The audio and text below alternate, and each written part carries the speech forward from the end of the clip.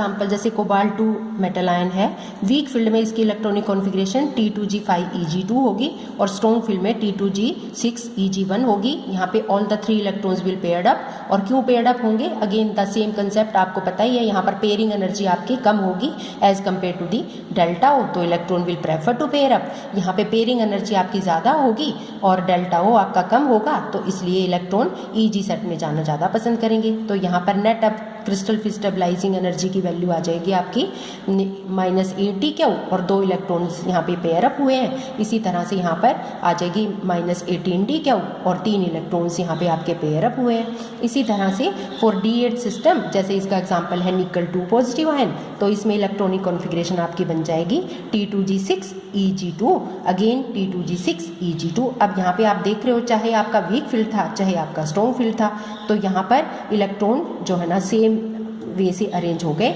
दूसरा कोई क्योंकि ऑप्शन ही नहीं है। T2G सेट पूरा 3 पेयर्स हो गए इसमें और बाकी के इलेक्ट्रॉन्स के पास सिर्फ ऊपर जाने का ही ऑप्शन है। अब इसी तरह से इसमें भी जो है ना लोअर एनर्जी सेट पहले भरा जाएगा और बाकी के इलेक्ट्रॉन्स हायर एनर्जी में चले गए पेयर अप होने के बाद। तो यहाँ पर क्रिस्टल फिल स्टेबलाइजिंग एनर्जी आपकी 12D के कॉरस्पॉन्डिंग माइनस और 3 pairs of electron, again same -12D q और 3 पेयर्स ऑफ इलेक्ट्रॉन।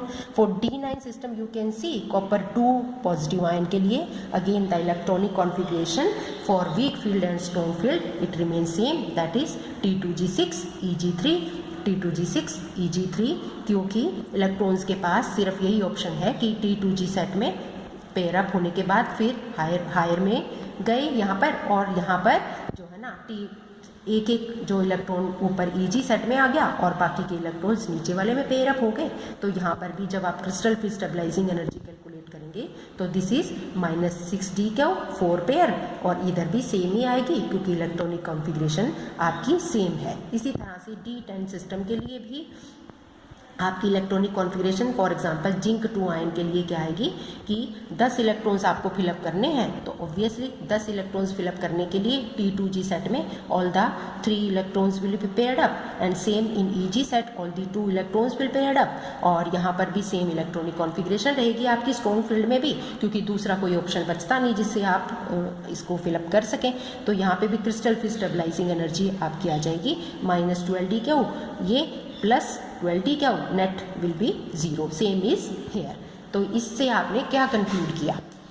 बाकी सिस्टम D1, D2, D3 और आपका D8, D9, D10 they have the same configuration in weak field as well as strong field.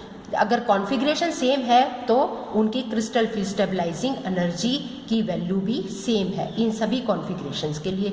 तो इसका मतलब क्या conclusion निकला हमारा कि D1, D2, D3, D8, D9, D10 इन सब सिस्टम्स के लिए, इन सब कॉन्फ़िगरेशंस के लिए जो हमारे कॉम्प्लेक्सेस बनेंगे उनकी जो स्ट्रेंथ होगी that will be independent of the field strength, or you can say that will be independent of the strength of the ligand, or you can say that will be independent of the nature of the ligand। यानी कि ligand चाहे आपका week हो चाहे आपका strong हो, they will be equally stabilized, चाहे वो आपके वीक फील्ड में बने हो चाहे आपके वो स्ट्रॉन्ग फील्ड में बने हो।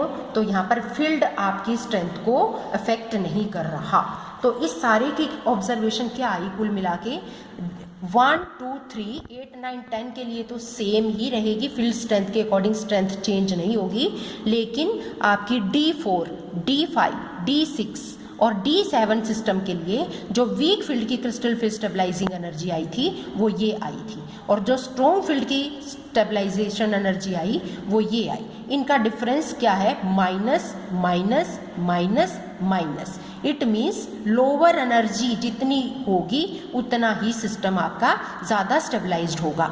इसका मतलब अगर आपका D7 सिस्टम है तो ऐसे कॉम्प्लेक्सेस आपके स्ट्रॉन्ग फील्ड वाले ज़्यादा स्टेबल होंगे as compare to the weak field complexes. इसका रीज़न क्या है? Because difference in energy, this is -10D q, और जितना lesser energy, lesser is the energy, greater is the stability. Same is hair